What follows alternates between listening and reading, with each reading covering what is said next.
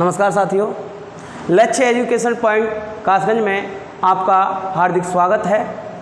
जैसा कि हमारे अमित सर ने पहले ही आपको सूचित कर दिया है कि भाई हिंदी पढ़ाने के लिए हाँ जी जगदेव सर अर्थात मैं हाँ जी आपके सामने उपस्थित हूँ। देखिए, हिंदी क्या है? हिंदी एक भाषा है, ना कि विषय। हिंदी क्या है? एक भाषा, ना कि विषय।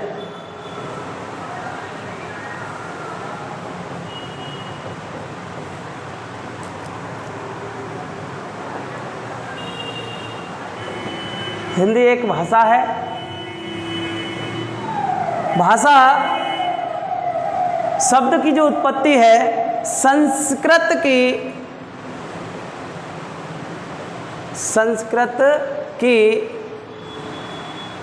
भास धातु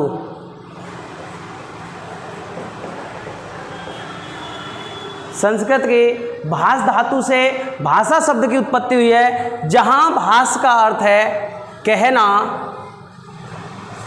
या बोलना। क्या है दोस्तों? कहना या बोलना। देखिए, ये तो था भाषा शब्द के बारे में। अब भाषा कहते किसे हैं? भाषा किसे कहते हैं? विचारों की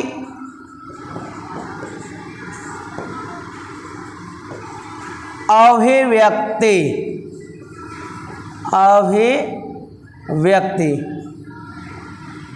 का एक साधन है भाषा। क्या है दोस्तों? विचारों की अभिव्यक्ति का एक साधन है भाषा, या हम कहें विचारों का आदान प्रदान। विचारों का आदान प्रदान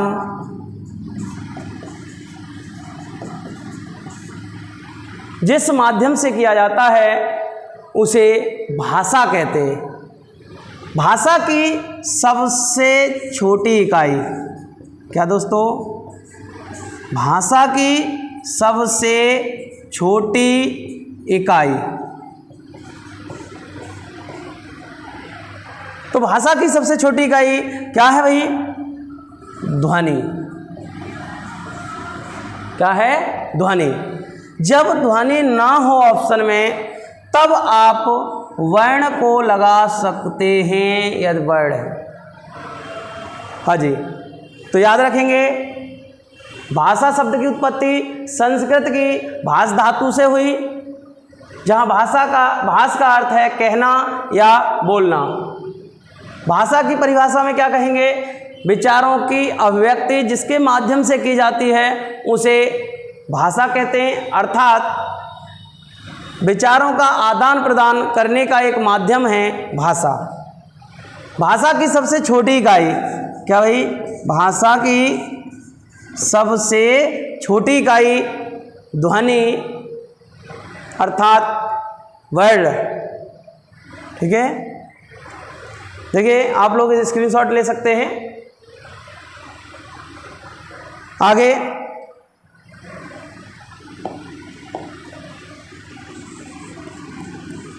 भाषा के प्रकार, अर्थात कहा जाए तो विचारों का आदान प्रदान कितने प्रकार से किया जा सकता है? तो भाषा का आदान प्रदान यानी विचारों का आदान प्रदान आपके 3 प्रकार से कर सकते हैं। कितने प्रकार से कर सकते हैं दोस्तों? 3 प्रकार से। नंबर 1 मौखिक भाषा। मौखिक भाषा। हाँ जी। नंबर 2 लिखित भाषा।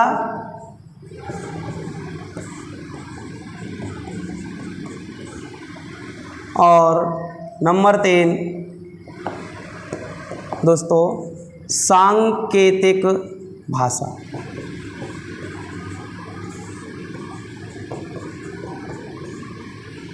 हाँ जी, मौखिक भाषा, लिखित भाषा और सांकेतिक भाषा। तो आप विचारों का आदान प्रदान 3 तरीके से करेंगे, मौखिक भाषा के रूप में, लिखित भाषा के रूप में और सांकेतिक भाषा के रूप में। देखा जाए तो मौखिक भाषा क्या है? हाँ जी, जिसमें हम कहें कि भाई बोलकर और सुनकर, अर्थात जहाँ वक्ता किसी कथन को बोलकर तथा श्रोता उसे सुनकर विचारों का आदान प्रदान करते हैं, उसे मौखिक भाषा कहते हैं। लिखित भाषा क्या रहेगी? भाषा का वह रूप जिसके माध्यम से, भाषा का वह रूप जिसमें लेखक लिखकर तथा पाठक पढ़कर विचारों का आदान प्रदान करता है, उसे आप लिखित भाषा कहेंगे। और सांकेतिक भाषा, देखिए सांकेतिक भाषा का हमें व्याकरण की दृष्टि से इसका कोई अध्ययन नहीं किया जाता है, लेकिन सांकेतिक भाषा होती क्या है? तो भाषा का वह रूप जिसमें विचारों का आदान प्रदान इशारों और संकेतों के माध्यम से किया जाता है। जैसा कि आपने देखा होगा, अजय मूक बधिर बच्चे, चौराहे पर खड़ा सिपाही, ये आपके सांकेतिक भाषा का प्रयोग करते हैं। हाँ जी, तो देखेंगे हम लोग मौखिक भाषा की कुछ विशेषताएं रहती हैं। क्या रहेंगी? मौखिक भाषा की विशेषताएं। और मौखिक भाषा की भाई विशेषताएं क्या हैं इसकी?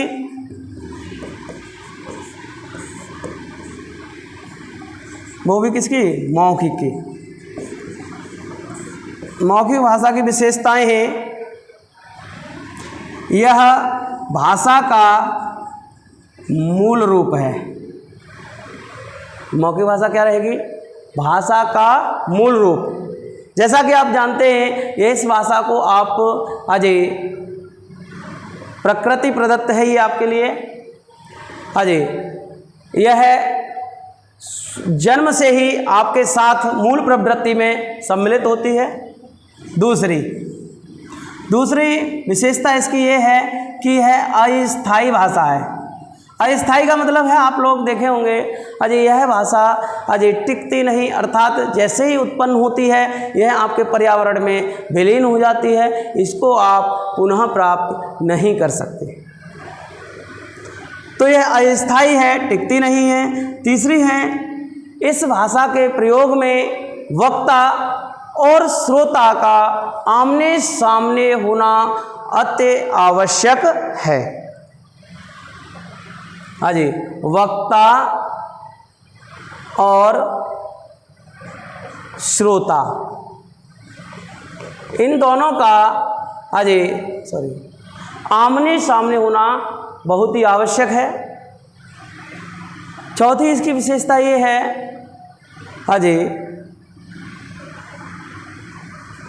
कि यह भाषा इसका आप संकुचन नहीं कर सकते। संकुचन का मतलब समझते हैं आप लोग? इसे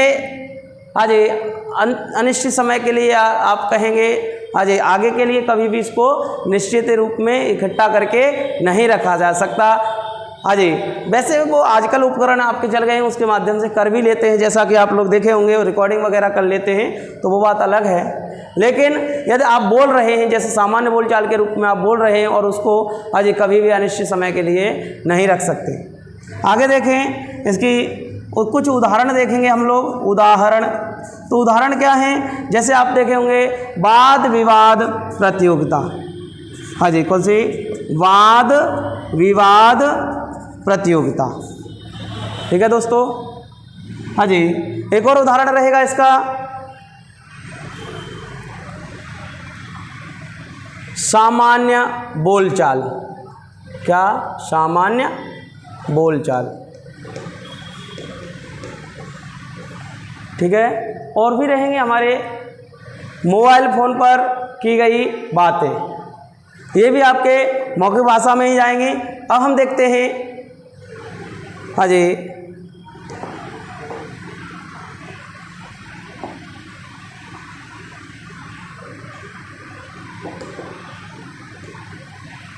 लिखित भाषा।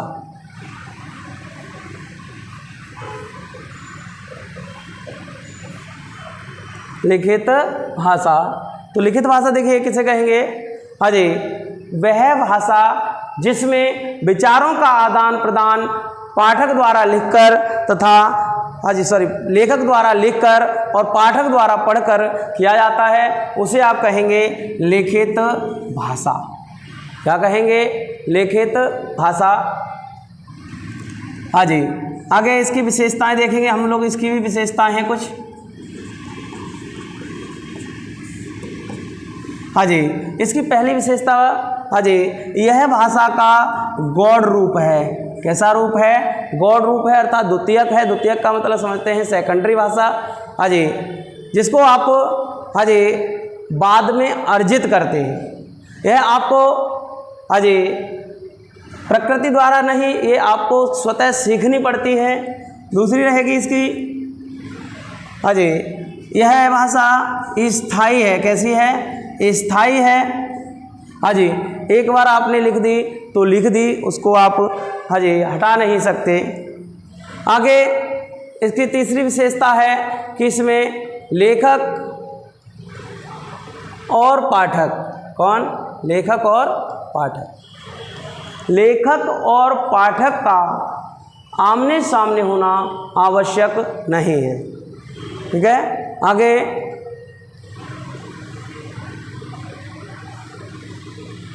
हाँ जी, ये इसका आप लोग देखेंगे संकुचन।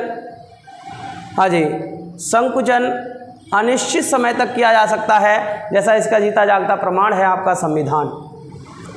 हाँ जी, यदि यही संविधान आपके मौखिक रूप में होता तो आज उसमें बहुत सी अशुद्धियाँ होती और हो सकता है कि वह पूर्ण रूप से अशुद्ध हो जाता। लेकिन जब यह लिखित भाषा के रूप में है, इसीलिए इसे आज भी हम लोग शुद्ध ही पढ़ रहे हैं, समझ रहे हैं, और इसे अनिश्चित समय के लिए रखा जा सकता है, इसका संकुचन किया जा सकता है। और इसके कुछ हम उदाहरण देखेंगे। उदाहरण क्या है इसके? जैसा कि आप लोग जानते हैं निबंध लेखन, निबंध प्रतियोगिता जो होती है आपने देखा होगा। हाँ जी, निबंध लेखन। ऐसे ही पत्र लेखन, और भी देखें तो आपकी जो भी लिखित परीक्षाएं रहेंगी वो सभी आपके इसी के उदाहरण रहेंगे।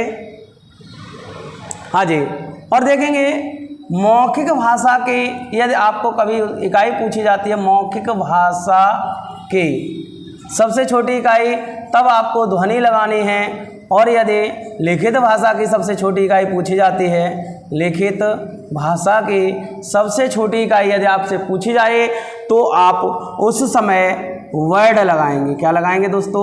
वर्ड। ठीक है, हाँ जी। इसके आगे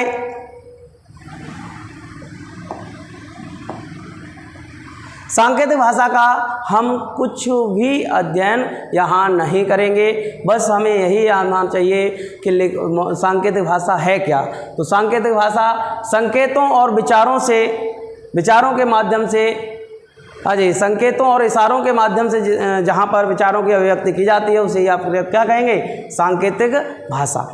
ठीक है, इसके आगे चलते हैं हम लोग। देखिए, किसी भी भाषा को हमें, हाँ जी, एक कुछ पॉइंट आते हैं हमारे इसके, सॉरी,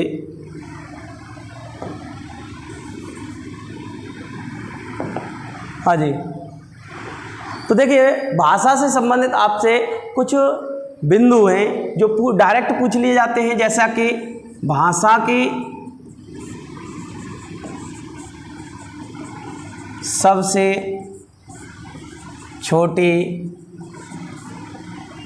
या देखिए लघुत्तम कह दे तब भी बात एक ही है, या छोटी से छोटी इकाई। ठीक है, हाँ जी, भाषा की सबसे छोटी या लघुत्तम या छोटी से छोटी इकाई, तो उस समय आपको ध्वनि लगाना है। जब ध्वनि ऑप्शन में ना हो तब आप वर्ण लगा सकते हैं। क्या लगा सकते हैं? वर्ड, ठीक है। और दूसरा पॉइंट रहेगा इसका, भाषा की रचनात्मक लघुत्तम इकाई, भाषा की रचनात्मक लघुत्तम इकाई। तो उस समय भी आपका आंसर वर्ण रहेगा। याद रहे दोस्तों, अजय यहाँ पर यदि प्रश्न ऐसा है कि भाषा की सबसे छोटी इकाई या लघुत्तम या सबसे छोटी से छोटी इकाई, तब आप ध्वनि ही लगाएंगे, और जब ये नहीं हो तब आप वर्ण को लगा सकते हैं। लेकिन यहाँ भाषा की रचनात्मक लघुत्तम इकाई या रचना की दृष्टि से लघुत्तम इकाई पूछता है, उस समय आपको वर्ण ही लगाना है। तीसरा प्रश्न, भाषा की सार्थक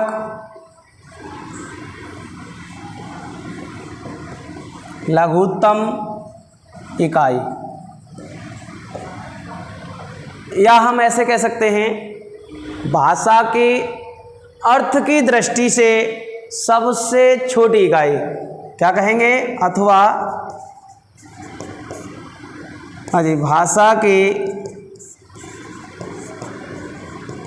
अर्थ की दृष्टि से सबसे छोटी इकाई, भाषा की अर्थ की दृष्टि से सबसे छोटी इकाई। तो उस समय भी आपका आंसर क्या रहेगा? सॉरी, एक मिनट, उस समय आपका आंसर रहेगा शब्द, क्योंकि ये अर्थवान, देखिए अर्थ आपका शब्द का होता है, ना कि वर्ण का, ठीक है। तो ऐसा मैंने देखा है, कई बुकों में देखा होगा, गलत भी छपा हुआ है आंसर इसका। हाँ जी, तो उसको ध्यान देंगे। भाषा की सार्थक लघुत्तम इकाई या भाषा की अर्थ की दृष्टि से सबसे छोटी इकाई, तो उस समय आपका आंसर शब्द ही रहेगा। वर्ण का कोई अर्थ ही नहीं होता, इसीलिए आप शब्द का अर्थ रहेगा। और इसका चौथा पॉइंट रहेगा आपका,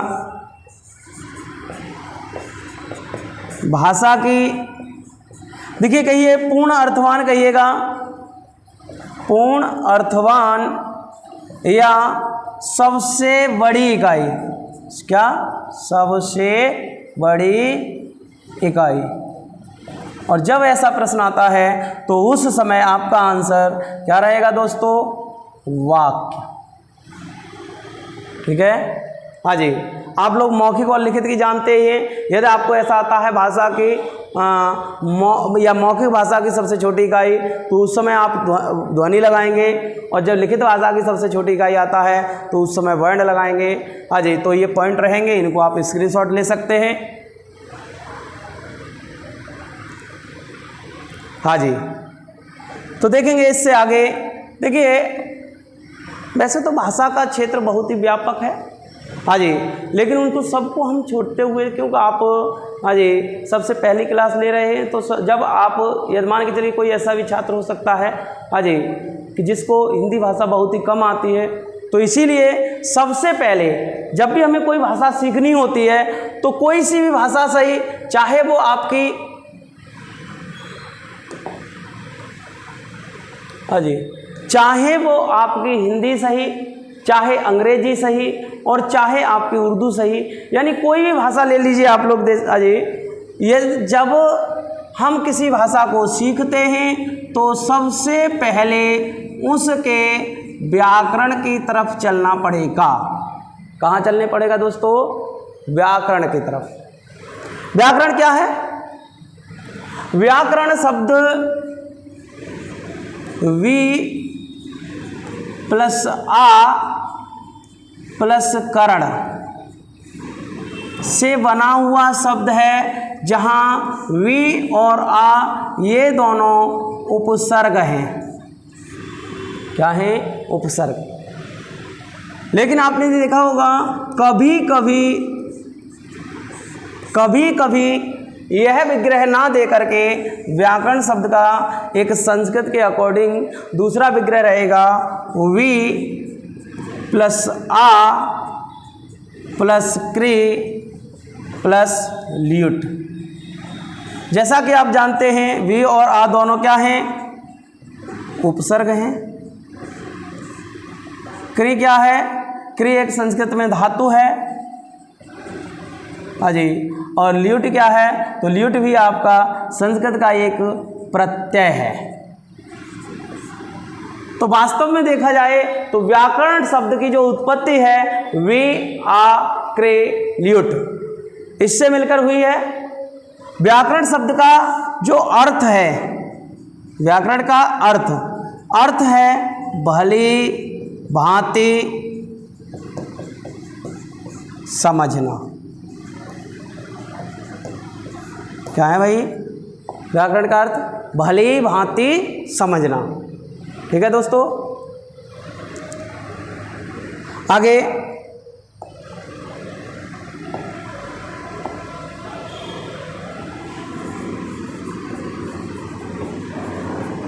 व्याकरण के जो परिभाषा है, अभी हमने व्याकरण शब्द के बारे में बताया। व्याकरण की परिभाषा क्या है?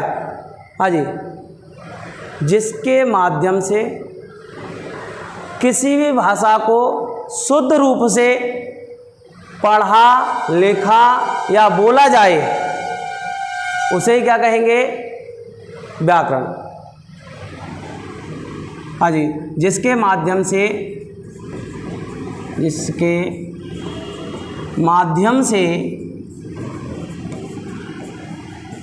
किसी भाषा को शुद्ध रूप से, जिसके माध्यम से किसी भाषा को शुद्ध रूप से पढ़ना, लिखना तथा बोलना सीखते हैं, उसे क्या कहते हैं? व्याकरण। ठीक है, आगे। लेकिन हमारे पाणिनि जी ने, किसने? पाणिनि जी, जो संस्कृत के एक आचार्य हैं, जिन्होंने अजय अष्टाध्यायी रचना लिखी है। अष्टाध्यायी में अजय एक परिभाषा दी है कि व्याक्रियन्ते व्युत्पाद्यन्ते अनेन इति व्याकरणम। क्या कहा पाणिनि जी ने? व्याक्रियन्ते व्युत्पाद्यन्ते अनेन इति व्याकरणम, अर्थात जिसके माध्यम से शब्दों की व्युत्पत्ति का पता चलता है उसे व्याकरण कहते हैं। लेकिन यही अजय दूसरे आचार्य आए संस्कृत के, जिनका नाम था कात्यायन अथवा इन्हीं का दूसरा भी नाम था बररुचि। इन्होंने अपने वार्तिक में कहा, क्या कहा? कि व्याक्रियन्ते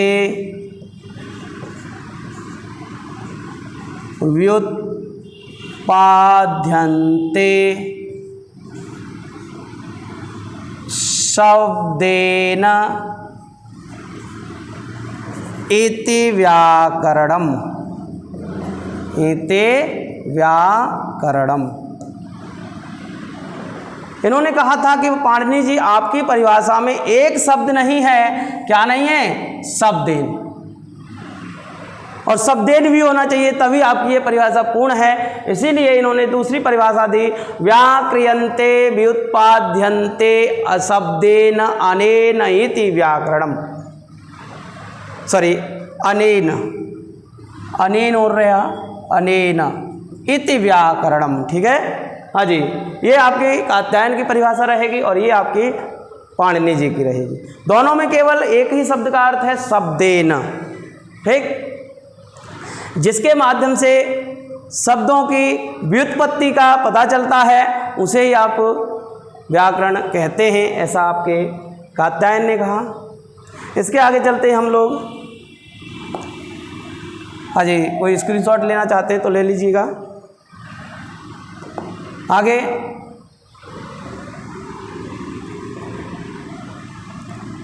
देखिए, सॉरी, भाषा से आप व्याकरण की तरफ चले। अब व्याकरण से भी आप देखेंगे कि व्याकरण के 3 अंग हैं। कितने अंग हैं? 3। देखिए, अंग आ जाएं या विभाग लिखा हुआ आ जाए, विभाग। कभी आपसे कहा जाए कि व्याकरण के कितने विभाग हैं, तो व्याकरण के 3 विभाग हैं। हाँ जी, या अंग तो भी 3। तो वो कौन कौन से हैं? वर्ड, शब्द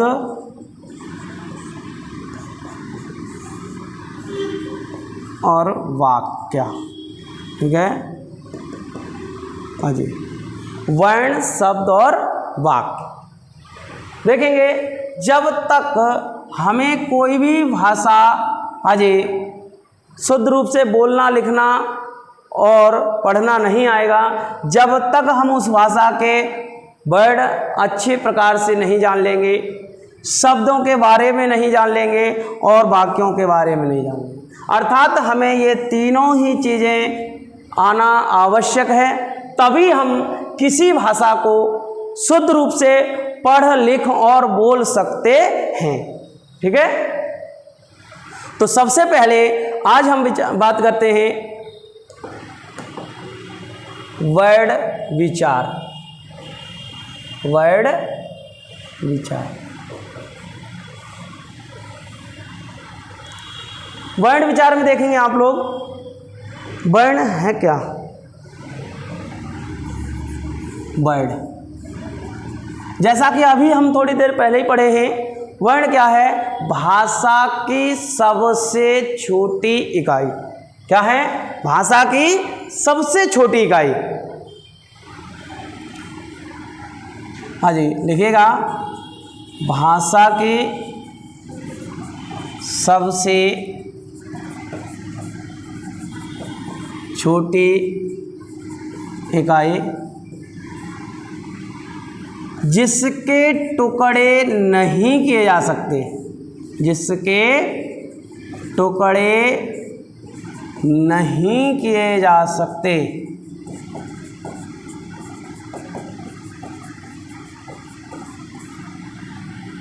ठीक है, वर्ण क्या है? भाषा की सबसे छोटी इकाई है जिसके टुकड़े नहीं किए जा सकते, अर्थात जिसका खंडन नहीं किया जा सकता, अर्थात जिसको तोड़ा नहीं जा सकता।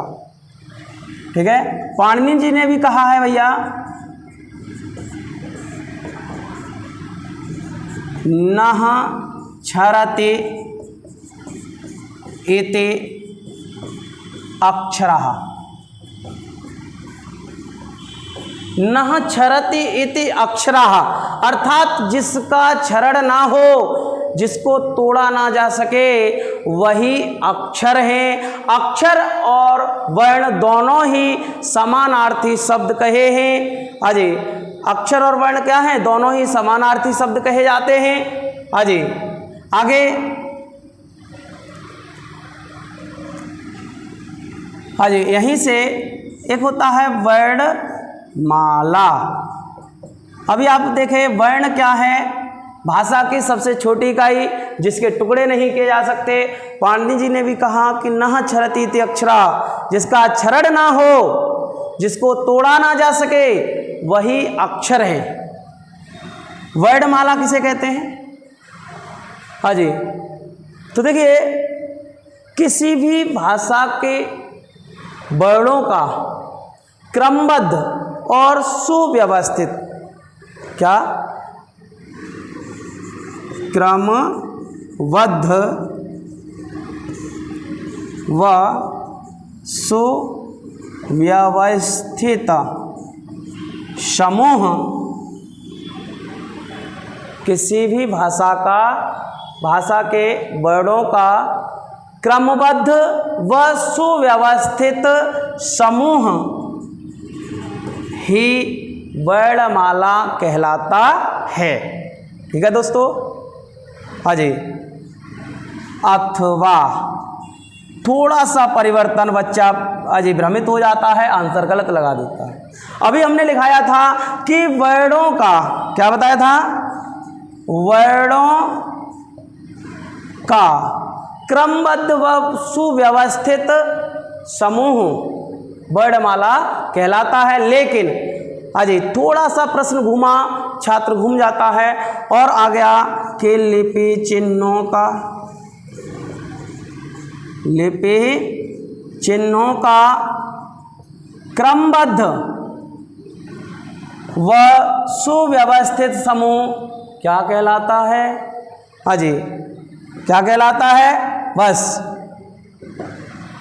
घूम गए, क्या आएगा, तब भी आप उसे वर्णमाला ही कहेंगे। हाँ जी, वर्ण क्या है भाई, लिपि चिन्ह ही तो है। लिपि यानी किसी ध्वनि के लिए एक संकेत बनाया है और वही संकेत क्या है, वर्ण है। तो देखा आपने, लिपि चिन्हों का क्रमबद्ध व सुव्यवस्थित समूह क्या कहलाता है, वर्णमाला। अब यहाँ से हम थोड़ा बात करेंगे अपनी हिंदी पर। हाँ जी, यहाँ तक तो ये सब भाषाओं के लिए कॉमन कह सकते हैं आप लोग। हाँ जी, यहाँ से देखेंगे हिंदी की जो मानक वर्णमाला है, या आपसे ऐसा पूछा जाए कि हिंदी में मानक वर्ण संख्या कितनी है, तो उस समय आपका आंसर रहेगा 52। कितनी, 50 और 2 52। ठीक है, तो मानक वर्णों की संख्या हिंदी में आपकी कितनी है, 52। मानक और अमानक। एक यहाँ से हमें प्रश्न बनता है, मानक क्या है और अमानक क्या है। देखिए, आप लोग देखे होंगे, आप जब हाई स्कूल और इंटर कर रहे थे उस समय, हाँ जी, आपके साथ 2 प्रकार के छात्र पढ़ते थे। आप 2 प्रकार के छात्र थे क्लास में, एक मानक छात्र और एक अमानक छात्र। मानक छात्र क्या होते हैं, हाँ जी, जिनका स्कूल में रजिस्ट्रेशन है उसी में जिसमें पढ़ रहे हैं, वो है मानक। और ऐसे छात्र जिनका रजिस्ट्रेशन किसी दूसरे विद्यालय में है और वह आकर के उस स्कूल में केवल परमिशन से, आप लोग कहते थे परमिशन से पढ़ रहे हैं, वही परमिशन वाले छात्र हैं कौन, अमानक। जब आप कहें कि 52, भाई 52 वर्ड जो थे वो मानक थे, भाई उन छात्रों के बारे में आप जानते हैं जो आपकी क्लास में 52 है, जिनका रजिस्टर में नाम चल रहा है, और अमानक क्या रह गए। अब भैया जो भी जिसका भी नाम नहीं है आपके यहाँ रजिस्टर में, जिसको आपके बारे में, अजय आपने जिसके बारे में नहीं जाना, वही क्या है, अमानक। ठीक है, तो आपका ऐसा प्रश्न बहुत बार बना हुआ है कि मानक वर्ण कौन से हैं, अमानक कौन से हैं। हाँ जी, तो अमानक का याद रखेंगे, जब हम 52 पढ़ लेंगे तो जितने भी रह गए इनके अलावा वो सभी क्या रहेंगे, अमानक। ठीक है, आगे देखिए, वर्णमाला के जो वर्ण हैं, वर्ण 2 भागों में बांट दिए गए। अर्थात वर्ण कितने प्रकार के होते हैं भैया, 2 प्रकार के। एक तो स्वर, दूसरे व्यंजन। एक स्वर और दूसरे व्यंजन। ठीक है, तो सबसे पहले हम लेंगे स्वर प्रकरण। स्वर प्रकरण के बारे में, स्वर के बारे में पढ़ेंगे। स्वर क्या हैं, हाँ जी, देखिए, वे वर्ण जिनका उच्चारण स्वतंत्र एवं निर्बाध, स्वतंत्र एवं निर्बाध। निर्बाध का अर्थ क्या होता है भैया, बिना बाधा के। हाँ जी, ऐसे वर्ण जिनका उच्चारण स्वतंत्र एवं निर्बाध रूप से किया जाता है, क्या कहलाते हैं? स्वर। क्या कहलाते हैं? स्वर कहलाते हैं। हाँ जी, यही हमारी इसकी दूसरी परिभाषा बन जाती है। क्या बनेगी? ऐसे वर्ण जिनको बोलने के लिए किसी दूसरे वर्ण की आवश्यकता नहीं होती है, तब भी आप क्या कहेंगे? स्वर। इसकी अगली और परिभाषा बन जाएगी, इसी को थोड़ा घुमाएगा तो आपको भी घूमना है। हाँ जी, ऐसे वर्ण जो स्वयं उच्चरित होते हैं, स्वयं बोले जाते हैं, क्या कहलाते हैं? स्वर। ठीक है। हाँ जी, अथवा एक और परिभाषा हो सकती है इसकी, वे वर्ण जो व्यंजनों के बोलने में या व्यंजनों को बोलने के लिए सहायक सिद्ध होते हैं। क्या होते हैं? सहायक सिद्ध होते हैं या सहायता प्रदान करते हैं, क्या कहलाते हैं? स्वर। ठीक है। तो इस तरीके से आप 3-4 परिभाषाएं बना सकते हैं स्वर की। जैसा भी आपको पूछा जाए तो बस लास्ट निर्णय यही रहेगा कि यह स्वतंत्र रूप से निर्बाध बिना बाधा के बोले जाने वाले वर्ण हैं, क्या? स्वर। आगे देखा जाए, हिंदी में आपके स्वर की जो संख्या है वो कितनी है? 11। कितनी है? 11 है। हाँ जी, अब तक आप देखते आए होंगे कि हिंदी में स्वरों की संख्या 13 है, लेकिन नहीं, हिंदी में आपके स्वरों की संख्या 11 है, जिनका वर्गीकरण हम 6 प्रकार से करेंगे। आज हम इनका स्वरों का वर्गीकरण करेंगे कितने प्रकार से? 6 प्रकार से। लेकिन उससे पहले हम देख लेते हैं एक नज़र कि वो स्वर हैं कौन कौन से जो आज हम 11 पढ़ रहे हैं। तो देखिए, सबसे पहले हाँ जी, आ, ए, ओ, रे, ए, ओ, औ। ये ही 11 स्वर हैं। हाँ जी, यही हैं वो 11 स्वर। हाँ जी, कुछ लोग इनको भी स्वर मानते हैं, लेकिन ये आपके स्वर नहीं हैं। इसीलिए स्वरों की संख्या केवल और केवल आप 11 ही लगाएंगे। हाँ जी, ठीक है। आगे चलते हैं, ये स्वर नहीं है, ये बताएंगे हम लोग क्या हैं आगे। तो देखेंगे स्वरों का वर्गीकरण।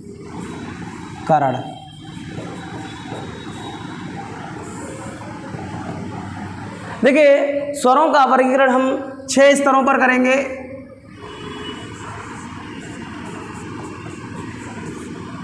उत्पत्ति के आधार पर,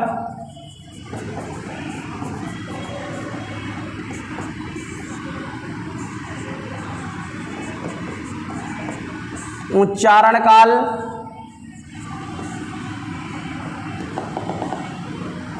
उच्चारण काल या मात्रा काल के आधार पर। तीसरा,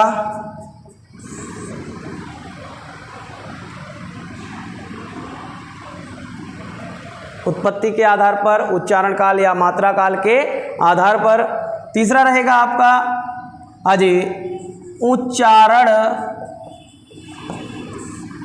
स्थान के आधार पर, उच्चारण स्थान के आधार पर। चौथा रहेगा आपका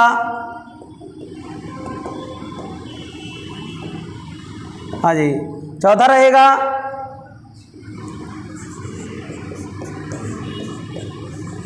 ओष्ठ प्रयोग या ओष्ठाकृति के आधार पर।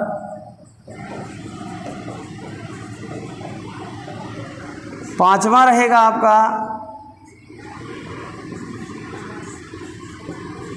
जिह्वा या जीव प्रयोग के आधार पर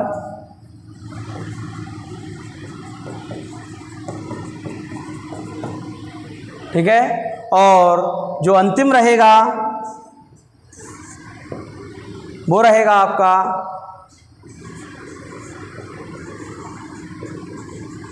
मुखाकृति के आधार पर। ठीक है दोस्तों, तो हम आज देखते हैं स्वरों का कितने प्रकार से वर्गीकरण किया जाता है। 6 प्रकार से। उत्पत्ति के आधार पर, उच्चारण काल के आधार पर, उच्चारण स्थान के आधार पर, ओष्ठ प्रयोग के आधार पर, जीव प्रयोग के आधार पर और मुखाकृति के आधार पर। देखिए, उच्चारण काल को ही आप लोग मात्रा काल कह सकते हैं, अर्थात इसके उच्चारण में कितना समय लगता है। ठीक है, हाँ जी।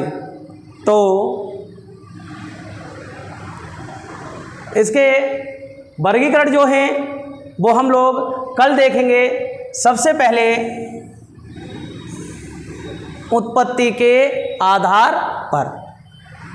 ठीक है दोस्तों, आज के लिए इतना ही। हम अगली वीडियो में देखेंगे स्वरों का वर्गीकरण और उससे आगे। धन्यवाद।